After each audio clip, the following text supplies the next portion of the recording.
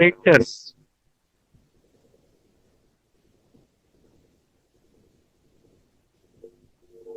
Operator operation perform operands ਦੇ ਉੱਤੇ operation operands ਕੀ ਨੇ वैल्यूज ਜਾਂ वेरिएबल्स ਜਿਵੇਂ ਆਪਾਂ ਲਿਖੀਏ a plus b ਅਸੀਂ ਕੀ ਕਰ ਰਹੇ ਹਾਂ a ਅਤੇ b ਨੂੰ जोड़ रहे हैं एडिशन कर रहे हैं ए ਅਤੇ b ਦੀ एडिशन कर जो a ਅਤੇ b ਨੇ these are operands operand and जो इन्हां दे विचकार ਅਸੀਂ ਸਿੰਬਲ ਯੂਜ਼ ਕੀਤਾ ਹੈ ਇਹ ਹੈ operator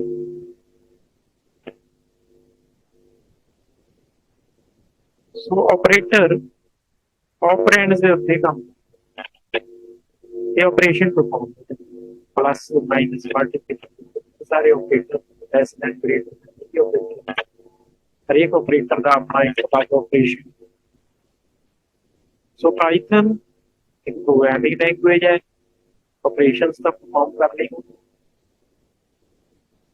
Python programming language provides several operators to perform different kinds of operations of variables and values ਇਹਨਾਂ ਨੂੰ ਆ ਕੈਟਾਗਰੀਜ਼ ਦੇ ਵਿੱਚ ਵੰਡਿਆ ਗਿਆ arithmetic operators comparison operators वो वैल्यू ਨੂੰ कंपेयर ਕਰਦੇ assignment operator वैल्यू असाइन करनी है किसी वैल्यू पर bitwise operator bits ਦੇ ਉੱਤੇ ਕੰਮ ਕਰਦੇ 0 1 लॉजिकल ऑपरेटर्स दो कंडीशंस को कंबाइन कर सकते हैं या नेगेट कर सकते हैं मेंबरशिप ऑपरेटर्स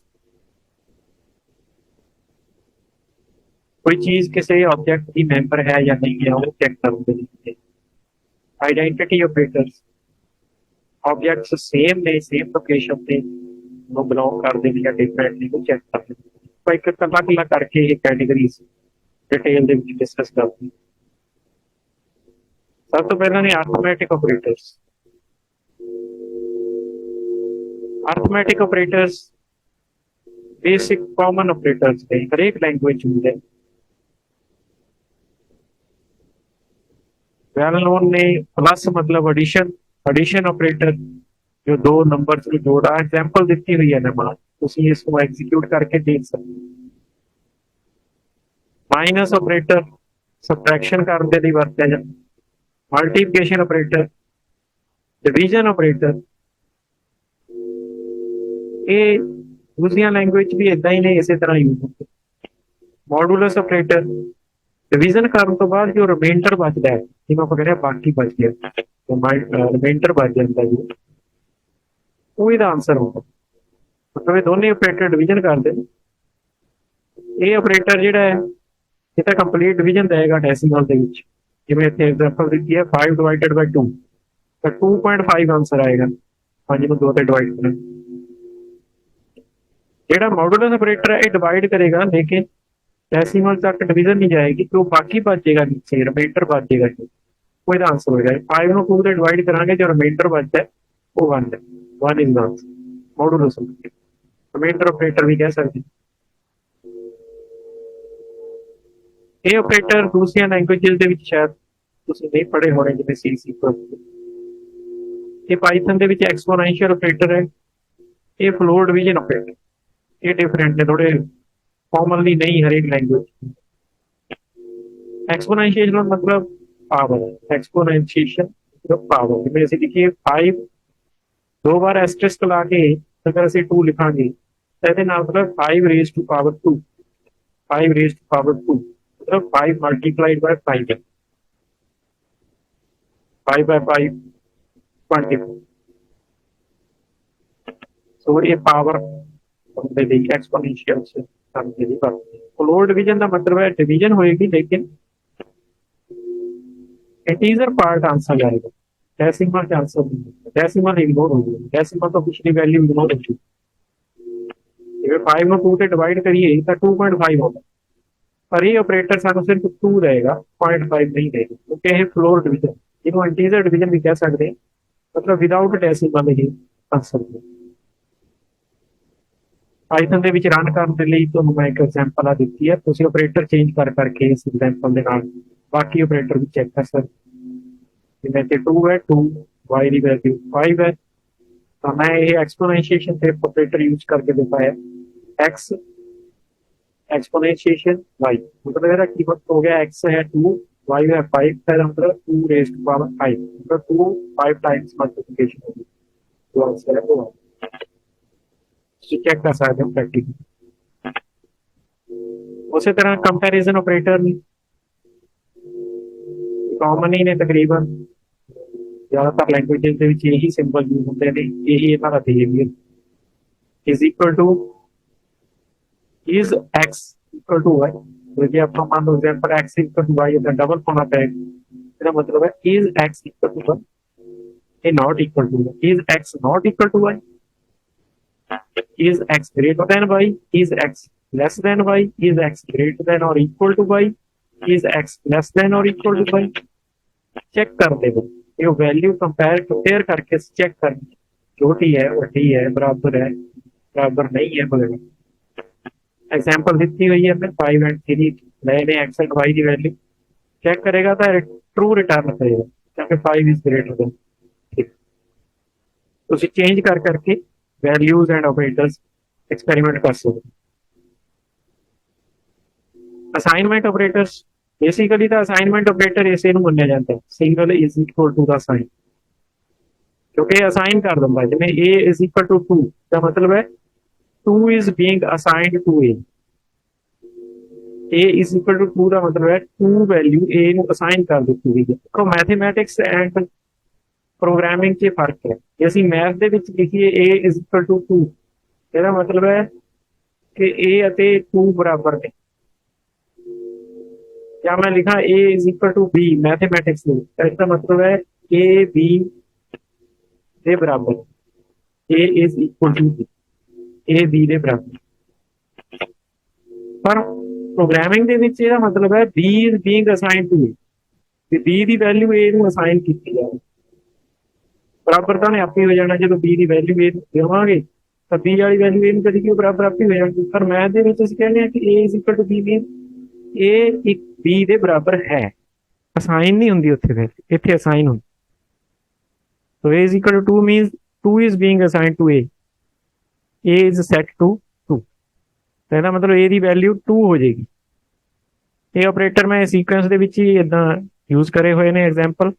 तो फर्स्ट जो ये एक्सप्रैशन है, जो ये ਆਪਾਂ ਲਾਈਨ ਲਿਖੀ ਹੈ ਸਟੇਟਮੈਂਟ, ਇਹਦਾ ਮਤਲਬ ਹੈ a ਦੀ ਵੈਲਿਊ 2 ਹੋਗੀ।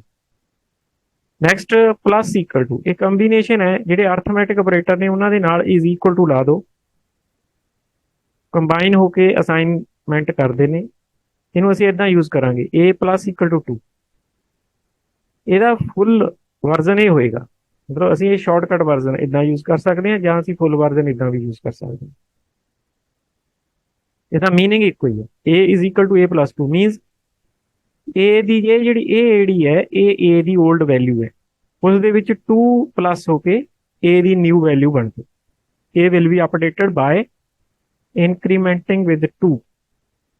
a ਦੀ ਪਹਿਲਾਂ ਵੈਲਿਊ ਕਿੰਨੀ ਸੀ 2, 2 ਦੇ ਵਿੱਚ 2 ਪਲੱਸ ਕਰ ਦਿੱਤੇ ਤਾਂ a ਦੀ ਵੈਲਿਊ ਬਣ ਗਈ 4। ਦਿਸ ਇਜ਼ a ਇਜ਼ 4 ਨਾਓ। ਮਤਲਬ ਇੱਥੇ ਜੋ ਆ ਰਿਹਾ ਇਹਦਾ ਮਤਲਬ ਹੈ a the old value plus ਜੋ ਵੀ ਹੈ ਅੱਗੇ ਕੈਲਕੂਲੇਟਰ ਹੋਣ ਤੋਂ ਬਾਅਦ ਜੋ ਫਾਈਨਲ ਵੈਲਿਊ ਹੋਏਗੀ ਉਹ a ਨੂੰ ਅਸਾਈਨ ਹੋ ਜਾਏਗੀ, ਉਹਦੀ 올ਡ ਵੈਲਿਊ ਓਵਰਰਾਈਟ ਹੋ ਜਾਏਗੀ। Now a will be incremented by 2, so a becomes 4। Minus equal to plus equal to ਤਰ੍ਹਾਂ ਹੀ ਹੈ, ਇਸੇ ਤਰ੍ਹਾਂ ਮਾਈਨਸ ਇਕੁਅਲ ਟੂ ਯੂਜ਼ ਕਰ ਸਕਦੇ ਹੋ ਫੁੱਲ ਫਾਰਮ ਦੇ ਤੌਰ ਤੇ, a is equal to a minus 2 ਲਿਖ ਸਕਦੇ ਹੋ, ਗੱਲ ਇੱਕੋ ਹੀ ਹੈ ਦੋਨਾਂ ਦੀ। ਫਿਰ ਦੁਬਾਰਾ ਦੱਸ ਦੇਵਾਂ, ਜਿਹੜੀਆਂ ਇੱਥੇ ਦੋਨੋਂ ਪਾਸੇ a ਆ ਰਹੀ ਹੈ, ਇੱਧਰ ਵੀ ਹੈ a ਇੱਧਰ ਵੀ, ਇਹ a the existing value the current value of a, ਇਹਦੇ ਤੇ ਪੂਰਾ ਆਪਰੇਸ਼ਨ ਪਰਫਾਰਮ ਹੋਣ ਤੋਂ ਬਾਅਦ ਜੋ ਵੈਲਿਊ ਫਾਈਨਲ ਬਣੇਗੀ ਉਹ a ਨੂੰ ਦੇ ਦਿੱਤੀ ਜਾਏਗੀ, ਮੀਨਸ ਉਸ ਦੀ 올ਡ ਵੈਲਿਊ ਖਤਮ ਹੋ ਜਾਏਗੀ, ਨਵੀਂ ਆ ਜਾਏਗੀ। This is old a, this is new a। ਤਾਂ ਪਹਿਲਾਂ a ਦੀ ਵੈਲਿਊ ਸੀ 4, 4 ਦੇ ਵਿੱਚੋਂ ਅਸੀਂ 2 ਲੈਸ ਕਰ ਦਿੱਤਾ ਤਾਂ a ਦੀ ਵੈਲਿਊ ਬਣ ਗਈ 2। Now a is 2 again. Multiply equal to ਇਸ ਤਰ੍ਹਾਂ ਵੀ ਯੂਜ਼ ਕਰ ਸਕਦੇ ਹੋ, ਫੁੱਲ ਇਦਾਂ ਵੀ ਯੂਜ਼ ਕਰ। 올ਡ a is 2 2 ਨੂੰ 2 ਨਾਲ ਮਲਟੀਪਲਾਈ ਕਰ ਦਿੱਤਾ 4, a ਦੀ ਨਵੀਂ ਵੈਲਿਊ ਬਣ ਗਈ 4, so a is now 4। Same as division equal to, ਇਸ ਤਰ੍ਹਾਂ ਯੂਜ਼ ਕਰ ਲਓ ਚਾਹੇ ਫੁੱਲ ਵਰਜ਼ਨ ਯੂਜ਼ ਕਰ ਲਓ। a divided by equal to 2 means a is equal to a divided by 2, so a ਦੀ ਵੈਲਿਊ ਹੈ 4, 4 divided by 2 means 2, now a the updated value ਬਣ ਗਈ। ਸੇਮ ਅੱਗੇ ਮੋਡੂਲਸ ਹੈ, ਮੋਡ ਕਰਦੇ ਹਾਂ, ਰਿਮਾਈਂਡਰ ਆਪਰੇਟਰ ਹੈ, a mod equal to 2 ਲਿਖ ਲਓ ਜਾਂ a is equal to a mod 2 ਲਿਖ ਲਓ, ਗੱਲ ਲਿਖੋ। a ਨੂੰ 2 ਤੇ ਡਿਵਾਈਡ ਕਰਾਂਗੇ, ਜੋ ਰਿਮਾਈਂਡਰ ਹੈ ਉਹ ਆਂਸਰ ਆਏਗਾ। ਹੁਣ 2 ਹੈ, a ਦੀ ਵੈਲਿਊ ਹੈ 2, 2 ਨੂੰ 2 ਤੇ ਡਿਵਾਈਡ ਕਰਿਆ ਤਾਂ ਫੁੱਲੀ ਡਿਵਾਈਡ ਹੋ ਜਾਏਗਾ, ਰਿਮਾਈਂਡਰ 0 ਹੈ, ਇਹਦਾ ਮਤਲਬ ਇਸ ਦਾ ਆਂਸਰ a ਦੀ ਵੈਲਿਊ ਅਪਡੇਟ ਹੋ ਗਈ 0। then exponentiation operator, a exponentiation 2 means a the power 2, a ਦੀ ਵੈਲਿਊ ਹੈ 0, 0 ਦੀ ਪਾਵਰ ਜਦੋਂ ਅਸੀਂ ਕਰਾਂਗੇ ਇੱਥੇ ਮਿਸਟੇਕ ਹੋਈ ਹੋਈ ਹੈ, ਇਹ 0 ਹੀ ਰਹੇਗਾ। 0 ਦੀ ਜਿੰਨੀ ਮਰਜ਼ੀ ਪਾਵਰ ਕਰ ਲਓ, 0 ਦੀ ਪਾਵਰ ਅਗਰ 2 ਕਰੋਗੇ ਤਾਂ ਉਹਦੇ ਨਾਲ 0 ਮਲਟੀਪਲਾਈਡ ਬਾਈ 0 ਵੀ 0 ਹੀ ਹੋਏਗਾ, ਕੋਈ ਫਰਕ ਨਹੀਂ ਪੈਂਦਾ, ਸੋ 0 ਹੀ ਰਹੇਗਾ। ਇੱਥੇ ਥੋੜੀ ਕਰੈਕਸ਼ਨ ਕਰਨ ਦੀ ਜ਼ਰੂਰਤ ਹੈ, ਆਪਾਂ ਮੰਨ ਲੈਂਦੇ ਹਾਂ ਵੀ ਇੱਥੇ 2 ਹੈ, ਫੋਰ ਐਗਜ਼ਾਮਪਲ ਆਪਾਂ ਇਸ ਨੂੰ ਇਸ ਇੱਥੇ ਤੱਕ ਇਸ ਨੂੰ ਇਗਨੋਰ ਕਰਕੇ ਅਸੀਂ ਨਵੀਂ ਵੈਲਿਊ ਲੈ ਲੈਂਦੇ ਹਾਂ। ਫੋਰ ਐਗਜ਼ਾਮਪਲ a ਦੀ ਵੈਲਿਊ ਹੈ ਮੰਨ ਲਓ 4 ਹੈ, ਜੇ a ਦੀ ਵੈਲਿਊ 4 ਹੈ ਤਾਂ a ਰੇਜ਼ ਟੂ ਪਾਵਰ 2 ਕਰਨ ਦੇ ਨਾਲ 4 ਮਲਟੀਪਲਾਈਡ ਬਾਈ 4 ਹੋ ਗਈ, 4 ਮਲਟੀਪਲਾਈਡ ਬਾਈ 4 ਮੀਨਸ 16, ਤਾਂ a ਦੀ ਵੈਲਿਊ ਬਣ ਗਈ 16। ਆਈ ਥਿੰਕ ਸਮਝ ਲੱਗ ਗਈ ਹੋਏਗੀ, ਇੱਥੇ ਮਿਸਟੇਕ ਹੋਈ ਹੋਈ, 0 ਨਾਲ ਇਹ ਤੁਹਾਨੂੰ ਸਮਝ ਨਹੀਂ ਲੱਗਣੀ, ਇਸ ਕਰਕੇ ਮੈਂ ਅਸਿਊਮ ਕਰ ਰਿਹਾ ਕਿ ਮੈਂ a ਦੀ ਨਵੀਂ ਵੈਲਿਊ ਫਰੈਸ਼ ਵੈਲਿਊ ਲੈ ਲਈ, a ਨੂੰ ਦੁਬਾਰਾ ਸੈੱਟ ਕਰ ਦਿੱਤਾ 4 ਤੇ, a ਦੀ ਵੈਲਿਊ ਦੁਬਾਰਾ ਸੈੱਟ ਕਰ ਦਿੱਤੀ 4 ਤੇ, ਤਾਂ ਇਹਦਾ ਮਤਲਬ 4 raise to power 2, 4 raise to power 2, 4 multiplied by 4, 4 by 4 ਮਤਲਬ 60। ਸੇਮ ਆ ਸਾਡੇ ਕੋਲ ਅੱਗੇ ਆ ਗਿਆ ਫਲੋਰ ਡਿਵੀਜ਼ਨ, ਇਹਨੂੰ ਚਾਹੇ ਫੁੱਲ ਫਾਰਮ ਇਦਾਂ ਯੂਜ਼ ਕਰ ਲਓ। ਤਾਂ ਅਸੀਂ ਕੀ ਕਰਾਂਗੇ, ਸਾਡੇ ਕੋਲ a ਦੀ value 16, 16 divided by 2 means 8, a ਦੀ ਵੈਲਿਊ ਆਏਗੀ 8, ਇਹ ਵੀ ਮਿਸਟੇਕ ਹੋਈ, a ਦੀ ਵੈਲਿਊ ਆਏਗੀ 8, a ਦੀ ਵੈਲਿਊ ਅਪਡੇਟ ਹੋ ਜਾਏਗੀ ਕਿਉਂਕਿ a ਦੀ ਵੈਲਿਊ ਆਪਾਂ ਲੇਟੈਸਟ 16 ਮੰਨ ਰਹੇ ਹਾਂ, ਤਾਂ 16 ਡਿਵਾਈਡਡ ਬਾਈ 2 8 ਬਣ ਗਿਆ, 8 a ਦੀ ਵੈਲਿਊ ਅਪਡੇਟ। नीचे मैं एग्जांपल दी है एक्सपोनेंशिएशन की, तो तुम इसमें यूज करके देख सकते हैं। 5 रेज़ टू पावर कितनी बन जाएगा है 5 into 5 5 करके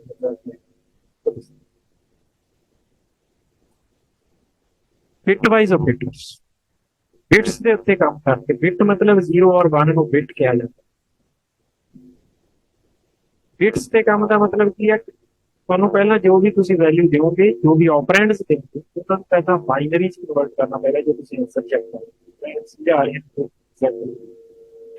ਬਿਟਵਾਈਜ਼ operators work on the bits stored in the integral types. Integral types ਮਤਲਬ ਜਿਹੜੇ ਡੈਸੀਮਲ ਹੁੰਦੇ, ਇਸ ਕੰਮ ਤਾਂ ਡੈਸੀਮਲ ਤੇ ਵੀ ਕਰ ਲੈਣਗੇ। ਮਤਲਬ ਇੰਟੀਗਰਲ ਟਾਈਪਸ ਜੋ ਸਾਡੇ ਕੋਲੇ ਵਿਦਆਊਟ ਡੈਸੀਮਲ ਵੈਲਿਊ ਉਹਨਾਂ ਦੇ ਉੱਤੇ ਜਦੋਂ ਤੁਸੀਂ ਵਿਦਆਊਟ ਡੈਸੀਮਲ ਕੰਸੀਡਰ ਕਰਦੇ ਫਿਰ ਉਹਦੇ ਤੇ ਕੰਮ ਕਰਦੇ। ਆਪਾਂ ਪਹਿਲਾਂ ਉਹਨੂੰ ਮਤਲਬ 0 and 1 ਚ ਕਨਵਰਟ ਕਰਦੇ।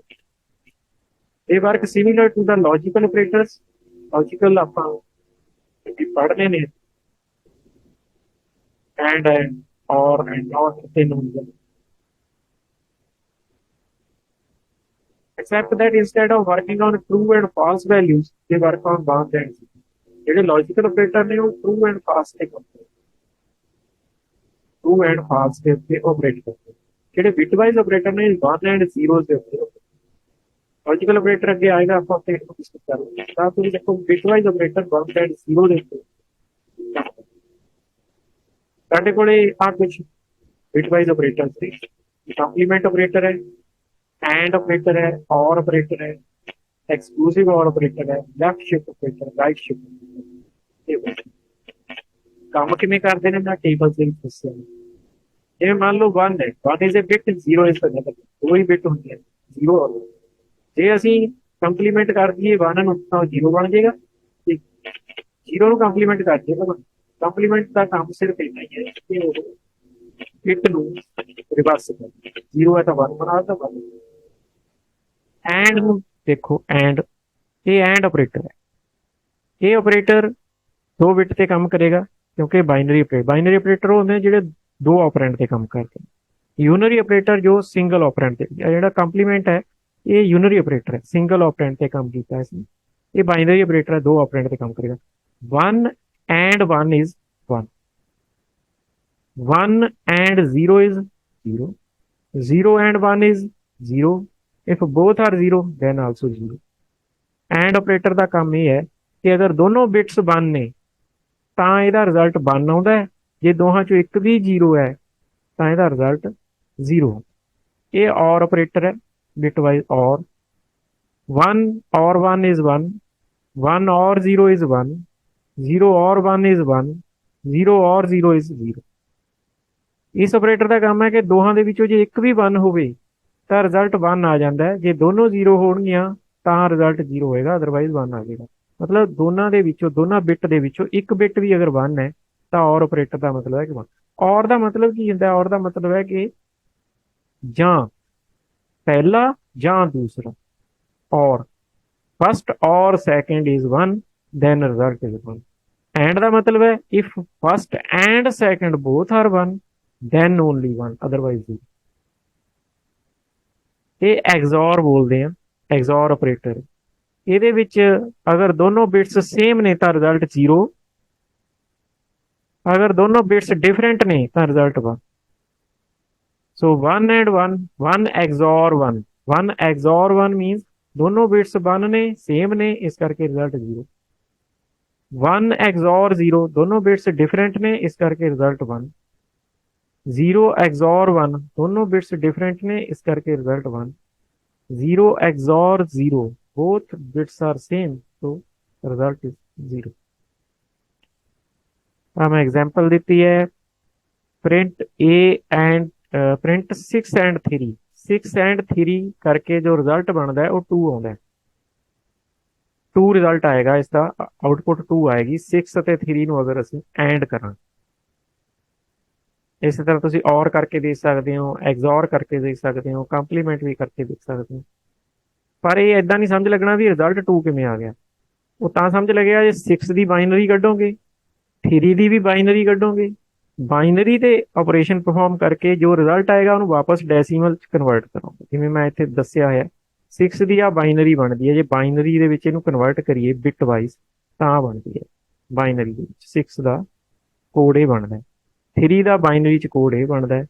ਹੁਣ ਜੇ ਆਪਾਂ ਇਹਨੂੰ ਉਸੇ ਤਰ੍ਹਾਂ 0 and 1, ਆਹ ਦੋ ਪਹਿਲੀਆਂ 2 ਡਿਜਿਟ ਦੇਖੋ, 0 and 1, ਐਂਡ ਦੇ ਵਿੱਚ ਰਿਜ਼ਲਟ 0 ਹੋਏਗਾ ਕਿਉਂਕਿ ਦੋਨੋਂ ਬਿਟਸ 1 ਹੋਣੀਆਂ ਚਾਹੀਦੀਆਂ।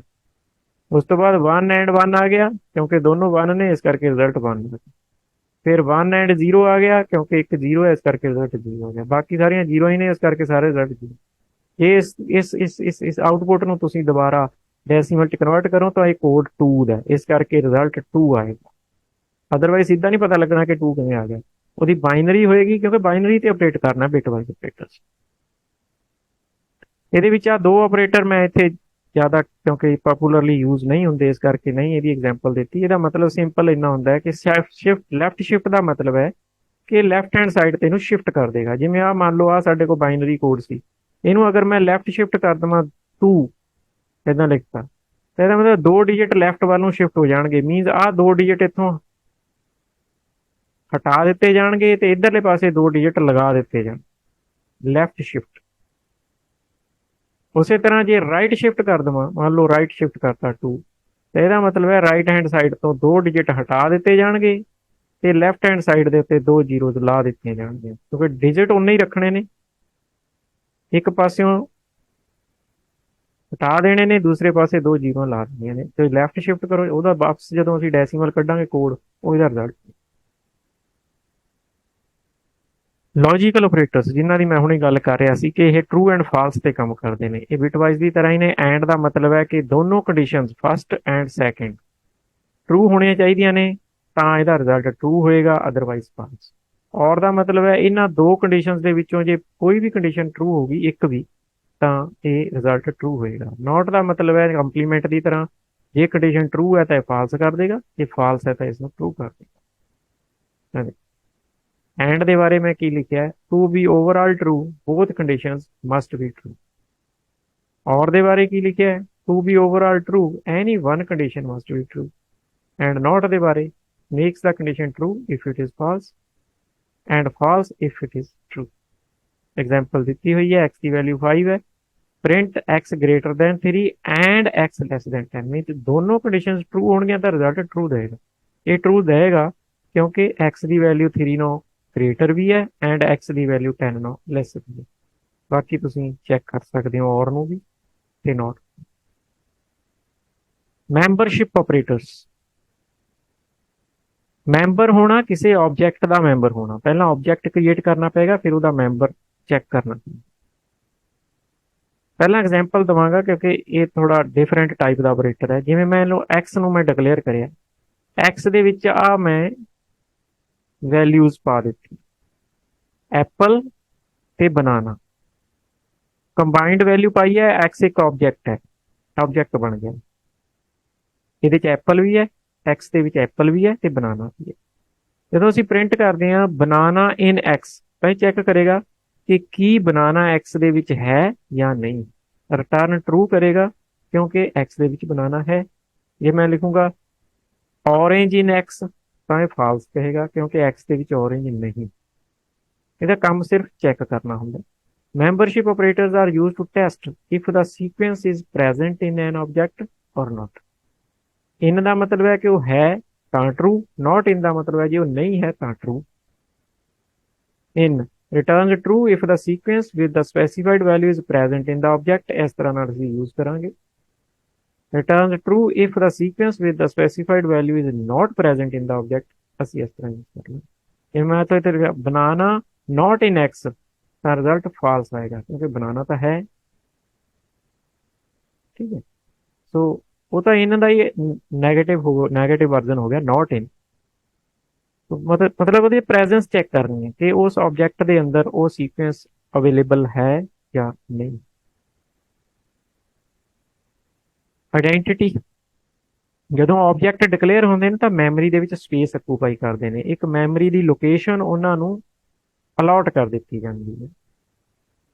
ਹੁਣ ਜਦੋਂ ਅਸੀਂ ਕਿਸੇ ਆਬਜੈਕਟ ਨੂੰ ਕ੍ਰੀਏਟ ਕਰਦੇ ਹਾਂ ਤਾਂ ਉਹ ਆਬਜੈਕਟ ਇੱਕ ਨਵਾਂ ਆਬਜੈਕਟ ਵੀ ਹੋ ਸਕਦਾ ਹੈ ਜਾਂ ਅਸੀਂ ਪੁਰਾਣੇ ਆਬਜੈਕਟ ਤੋਂ ਨਵੇਂ ਆਬਜੈਕਟ ਨੂੰ ਬਣਾ ਸਕਦੇ ਹਾਂ। ਮੈਂ ਐਗਜ਼ਾਮਪਲ ਤੇ ਪਹਿਲਾਂ ਫਿਰ ਉਸੇ ਤਰ੍ਹਾਂ ਧਿਆਨ ਦਵਾਵਾਂਗਾ। ਜਿਵੇਂ ਮੰਨ ਲਓ ਮੈਂ ਇੱਕ ਐਕਸ ਆਬਜੈਕਟ ਕ੍ਰੀਏਟ ਕੀਤਾ ਜਿਸ ਦੇ ਵਿੱਚ ਐਪਲ ਐਂਡ ਬਨਾਨਾ ਦੋ ਵੈਲਿਊਜ਼, ਉਸੇ ਤਰ੍ਹਾਂ ਮੈਂ ਇੱਕ ਹੋਰ ਆਬਜੈਕਟ ਵਾਈ ਕ੍ਰੀਏਟ ਕੀਤਾ, ਐਪਲ ਐਂਡ ਬਨਾਨਾ ਉਹ 'ਚ ਵੀ ਦੋ ਵੈਲਿਊਜ਼ ਨੇ। ਹੁਣ ਮੈਮਰੀ ਦੇ ਵਿੱਚ ਐਕਸ ਕਿਤੇ ਹੋਰ ਹੈ, ਵਾਈ ਕਿਤੇ ਹੋਰ ਹੈ। ਆਹ ਮੰਨ ਲਓ ਮੈਮਰੀ ਹੈ, ਇਸ ਮੈਮਰੀ ਦੇ ਵਿੱਚ ਬਹੁਤ ਸਾਰੀਆਂ ਲੋਕੇਸ਼ਨਸ ਨੇ। ਮੰਨ ਲਓ ਆਹ ਐਕਸ ਹੈ ਤੇ ਆਹ ਵਾਈ ਹੈ। ਹੁਣ ਇਸ ਐਕਸ ਦੇ ਵਿੱਚ ਵੀ ਐਪਲ ਅਤੇ ਬਨਾਨਾ, ਇਸ ਐਕਸ ਵਿੱਚ ਇਸ ਵਾਈ ਦੇ ਵਿੱਚ ਵੀ ਐਕਸ ਐਪਲ ਅਤੇ ਬਨਾਨਾ ਦੋਨਾਂ 'ਚ ਹੀ ਹੈ, ਪਰ ਉਹ ਦੋਨੋਂ ਡਿਫਰੈਂਟ ਆਬਜੈਕਟ ਨੇ, ਸੇਮ ਨਹੀਂ ਹੈ। ਅਗਲੀ ਲਾਈਨ 'ਚ ਮੈਂ z is equal to x ਲਿਖਤਾ। ਇਹਦੇ ਨਾਲ ਕੀ ਹੋਇਆ, ਇੱਕ z ਨਾਂ ਦਾ ਵੇਰੀਏਬਲ ਕ੍ਰੀਏਟ ਹੋਇਆ ਪਰ ਉਹ ਨਵੀਂ ਮੈਮਰੀ ਐਲੋਕੇਟ ਨਹੀਂ ਹੋਈ, ਉਹ x ਦੀ ਹੀ ਕਾਪੀ ਰੱਖੀ ਬੈਠਾ, x ਦੀ ਲੋਕੇਸ਼ਨ ਨੂੰ ਹੀ ਬਿਲੋਂਗ ਕਰਦਾ ਕਿਉਂਕਿ ਉਹਨੂੰ ਮੈਮਰੀ ਐਲੋਕੇਟ ਨਹੀਂ ਕੀਤੀ ਗਈ। ਉਹ ਇੱਕ ਨਵਾਂ ਆਬਜੈਕਟ ਨਹੀਂ ਹੈ, ਉਹ ਇੱਕ x ਤੋਂ y z ਨੂੰ ਜਨਰੇਟ ਕੀਤਾ ਗਿਆ। ਇਹਦਾ ਮਤਲਬ x ਅਤੇ z ਸੇਮ ਆਬਜੈਕਟ ਹਨ। तो जो ਅਸੀਂ ਪ੍ਰਿੰਟ ਕਰਾਂਗੇ ਪ੍ਰਿੰਟ x is z ਤਾਂ ਟਰੂ ਰਿਟਰਨ ਹੋਏਗਾ because z and x are same objects. ਤੇ ਜਦੋਂ ਅਸੀਂ print x is y print ਕਰਾਂਗੇ ਤਾਂ ਇੱਥੇ ਮਿਸਟੇਕ ਹੈ, ਫਾਲਸ ਪ੍ਰਿੰਟ ਹੋਏਗਾ, returns false because y is not the same object as x। ਇੱਥੇ ਫਾਲਸ ਹੋਣਾ ਚਾਹੀਦਾ ਸੀ। तो फाल्स प्रिंट होएगा क्योंकि y ਅਤੇ x अलग-अलग object. Identity operators are used to compare the objects as if they are actually the same object with the same memory location or not। Easy है main, दूसरा ਤਾਂ ਆਪਾਂ negate ਕਰਨ ਲਈ ਲਾਉਨੇ। Returns true if both variables are the same object, ਜਿਵੇਂ x is y। Returns true if both variables are not of same object, x is not y। ਇਸ ਤਰ੍ਹਾਂ ਨਾਲ ਇਹ ਚੈੱਕ ਕਰਨ ਦੇ ਲਈ ਵਰਤੇ ਜਾਣ। ਆਪਰੇਟਰ ਪ੍ਰੈਸੀਡੈਂਸ, ਜਦੋਂ ਅਸੀਂ ਆਪਰੇਟਰਸ ਯੂਜ਼ ਕਰਦੇ ਹਾਂ ਕਿਸੇ ਐਕਸਪ੍ਰੈਸ਼ਨ ਦੇ ਅੰਦਰ ਤਾਂ ਸਾਡੇ ਕੋਲੇ ਇੱਕ ਤੋਂ ਜ਼ਿਆਦਾ ਆਪਰੇਟਰ ਯੂਜ਼ ਕਰਨੇ ਪੈ ਸਕਦੇ ਨੇ ਸਾਨੂੰ। ਜਿਵੇਂ ਮੰਨ ਲਓ ਮੈਂ ਐਕਸਪ੍ਰੈਸ਼ਨ ਲਿਖੀ a plus b multiplied by c, ਉਸ ਤੋਂ ਬਾਅਦ ਮੰਨ ਲਓ ਇੱਥੇ ਪੈਰੰਥੀਸਿਸ ਵੀ ਪਾਈ ਹੋਈ ਹੈ ਤੇ ਇੱਥੇ ਪਲੱਸ ਪਾਇਆ ਹੋਇਆ ਹੈ, ਇਸ ਤੋਂ ਬਾਅਦ ਮੈਂ d ਲਿਖਿਆ ਹੋਇਆ ਹੈ, ਉਸ ਤੋਂ ਬਾਅਦ ਮੰਨ ਲਓ ਮੈਂ ਇੱਥੇ ਮਾਈਨਸ ਪਾ ਦਿੱਤਾ, ਇੱਥੇ e ਲਿਖ ਦਿੱਤਾ। ਹੁਣ ਦੇਖੋ ਇਹਦੇ ਵਿੱਚ ਬਹੁਤ ਸਾਰੇ ਆਪਰੇਟਰਸ ਆ ਰਹੇ ਨੇ ਮਿਕਸਡ, ਇਹ ਚ ਪਲੱਸ ਵੀ ਹੈ, ਮਾਈਨਸ ਵੀ ਹੈ, ਮਲਟੀਪਲੀਕੇਸ਼ਨ ਵੀ ਹੈ, ਪੈਰੰਥੀਸਿਸ ਵੀ ਪਾਈਆਂ ਹੋਈਆਂ ਨੇ, ਆਹ ਵਾਲੀਆਂ ਪੈਰੰਥੀਸਿਸ ਇਹ ਵੀ ਪਾਈਆਂ ਹੋਈਆਂ ਨੇ। ਸੋ ਇਹਨੂੰ ਸੋਲਵ ਕਿਵੇਂ ਕਰਾਂਗੇ? ਰੂਲਸ ਨੇ ਜਿਨ੍ਹਾਂ ਨੂੰ ਅਸੀਂ ਫਾਲੋ ਕਰਨਾ ਹੋਏਗਾ, ਜੋ ਪਾਈਥਨ ਦਾ ਕੰਪਾਈਲਰ ਫਾਲੋ ਕਰ। ਕਿਹੜੀ ਚੀਜ਼ ਪਹਿਲਾਂ ਸੋਲਵ ਕਰਨੀ ਹੈ, ਕਿਹੜੀ ਬਾਅਦ ਚ ਕਰਨੀ ਹੈ, ਤਾਂ ਹੀ ਰਿਜ਼ਲਟ ਸਹੀ ਆਏਗਾ। ਹੁਣ ਇਹ ਕਿਸ ਆਰਡਰ ਦੇ ਵਿੱਚ ਸੋਲਵ ਹੋਣਗੇ, ਉਹ ਆਰਡਰ ਜਿਹੜਾ ਹੈ ਉਹ ਪ੍ਰੈਸੀਡੈਂਸ। Operator precedence describes the order in which operations are performed. Starting with the highest precedence at the top, it is as follows. ਇਹਦੀ ਪ੍ਰੈਸੀਡੈਂਸ ਸਭ ਤੋਂ ਜ਼ਿਆਦਾ ਹੈ, ਹਾਈਐਸਟ ਪ੍ਰੈਸੀਡੈਂਸ ਹੈ। ਮਤਲਬ ਜੇ ਕਿਤੇ ਪੈਰੰਥੀਸਿਸ ਆ ਜਾਣਗੀਆਂ ਕਿਸੇ ਫਾਰਮੂਲੇ 'ਚ, ਕਿਸੇ ਐਕਸਪ੍ਰੈਸ਼ਨ 'ਚ, ਸਭ ਤੋਂ ਪਹਿਲਾਂ ਪੈਰੰਥੀਸਿਸ ਸੋਲਵ ਕਰਨੀਆਂ ਨੇ। ਇਹਦਾ ਮਤਲਬ ਹੈ ਕਿ a ਪਲੱਸ ਪਹਿਲਾਂ ਪਲੱਸ ਨੂੰ ਪਹਿਲਾਂ ਸੋਲਵ ਨਹੀਂ ਕਰ ਸਕਦੇ, e ਮਾਈਨਸ ਨੂੰ ਪਹਿਲਾਂ ਨਹੀਂ ਕਰ ਸਕਦੇ, ਸਭ ਤੋਂ ਪਹਿਲਾਂ ਆ ਪੈਰੰਥੀਸਿਸ ਵਾਲਾ ਜਿਹੜਾ ਪਾਰਟ ਹੈ ਇਹ ਸੋਲਵ। ਪੈਰੰਥੀਸਿਸ ਤੋਂ ਬਾਅਦ ਵਾਰੀ ਆਉਂਦੀ ਹੈ ਐਕਸਪੋਨੈਂਸ਼ੀਏਸ਼ਨ ਦੀ। ਉਸ ਤੋਂ ਬਾਅਦ ਇਹ ਵਾਲੇ ਆਪਰੇਟਰ ਨੇ ਯੂਨਰੀ ਆਪਰੇਟਰ ਨੇ, unary plus, unary minus and bitwise not operator. ਇਹ ਯੂਨਰੀ ਨੇ ਕਿਉਂਕਿ ਸਿੰਗਲ ਆਪਰੈਂਡ ਤੇ ਕੰਮ ਕਰਦੇ। ਫਿਰ multiplication, division, floor division and modulus operator ਆ ਜਾਂਦੇ ਨੇ, ਇਹ ਬਾਈਨਰੀ ਆਪਰੇਟਰ ਨੇ, ਫਿਰ ਇਹ ਸੋਲਵ ਹੋਣਗੇ। ਉਸ ਤੋਂ ਬਾਅਦ ਪਲੱਸ ਅਤੇ ਮਾਈਨਸ ਦੇ ਜਿਹੜੇ ਬਾਈਨਰੀ ਆਪਰੇਟਰ ਨੇ ਇਹ ਸੋਲਵ ਹੋਣਗੇ। ਦੇਖੋ ਜੇ ਮਲਟੀਪਲੀਕੇਸ਼ਨ ਅਤੇ ਪਲੱਸ ਦੋਨੋਂ ਆਉਂਦੇ ਆ ਤਾਂ ਪਹਿਲਾਂ ਮਲਟੀਪਲੀਕੇਸ਼ਨ ਸੋਲਵ ਹੋਏਗੀ, ਉਸ ਤੋਂ ਬਾਅਦ ਪਲੱਸ ਹੋਏਗਾ, ਜਾਂ ਉਸ ਤੋਂ ਬਾਅਦ ਮਾਈਨਸ ਹੋਏਗੀ। ਡਿਵੀਜ਼ਨ ਪਹਿਲਾਂ ਹੋਏਗੀ, ਪਲੱਸ ਬਾਅਦ ਚ ਹੋਏਗਾ। ਮੀਨਸ ਇਹ ਆਰਡਰ ਹੈ, ਅਸੀਂ ਇਸ ਨੂੰ ਉੱਪਰੋਂ ਨੀਚੇ ਨੂੰ ਆਰਡਰ ਵਾਈਜ਼ ਕਰਨਾ ਹੁੰਦਾ। ਇਸੇ ਤਰ੍ਹਾਂ ਉਸ ਤੋਂ ਬਾਅਦ ਵਾਰੀ ਆਏਗੀ left shift and right shift ਦੀ, ਜੋ ਆਪਾਂ ਪਹਿਲਾਂ ਪੜ੍ਹੇ ਨੇ, bitwise and, bitwise XOR, bitwise or. ਤੇ ਉਸ ਤੋਂ ਬਾਅਦ ਆ ਜਾਂਦੇ ਨੇ comparison operators, identity and membership operators ਜਿਹੜੇ ਆਪਾਂ ਹੁਣੇ ਪੜ੍ਹ ਕੇ ਹਟੇ ਹਾਂ। ਤੇ ਉਸ ਤੋਂ ਬਾਅਦ logical, logical not, logical and logical ਔਰ ਆਪਰੇਟਰ ਇਹ ਆ ਜਾਂਦੇ। ਤੋ ਇੱਥੇ ਹੁਣ ਸਭ ਤੋਂ ਪਹਿਲਾਂ ਅਸੀਂ ਪੈਰੰਥੀਸਿਸ ਸੋਲਵ ਕਰਾਂਗੇ। ਪੈਰੰਥੀਸਿਸ ਦੇ ਅੰਦਰ ਫੇਰ ਦੇਖਣਾ ਪਊਗਾ ਕਿਹੜਾ ਪਹਿਲਾਂ ਕਰਨਾ। ਪਹਿਲਾਂ ਮਲਟੀਪਲੀਕੇਸ਼ਨ ਹੋਏਗੀ, ਪਲੱਸ ਤੋਂ ਪਹਿਲਾਂ ਮਲਟੀਪਲੀਕੇਸ਼ਨ, b ਪਹਿਲਾਂ c ਨਾਲ ਮਲਟੀਪਲਾਈ ਹੋਏਗਾ, ਜਿਹੜਾ ਇਹਦਾ ਰਿਜ਼ਲਟ ਆਏਗਾ ਉਹ ਫਿਰ d ਦੇ ਵਿੱਚ ਪਲੱਸ ਹੋ ਕੇ ਪੈਰੰਥੀਸਿਸ ਕੰਪਲੀਟ ਸੋਲਵ ਹੋ ਜਾਏਗੀ। ਫਿਰ ਉਸ ਤੋਂ ਬਾਅਦ a ਪਲੱਸ ਸਮਥਿੰਗ ਕਰਕੇ ਫਿਰ e ਨੂੰ ਉਹਦੇ ਤੋਂ ਮਾਈਨਸ ਕੀਤਾ ਜਾਏਗਾ, ਤਾਂ ਰਿਜ਼ਲਟ ਸਹੀ ਹੈ। ਸੋ ਇਹ ਆਰਡਰ ਫਾਲੋ ਕਰਦਾ ਪਾਈਥਨ ਕੰਪਾਈਲਰ ਜਦੋਂ ਵੀ ਉਹ ਐਕਸਪ੍ਰੈਸ਼ਨ ਨੂੰ ਸੋਲਵ ਕਰਦਾ।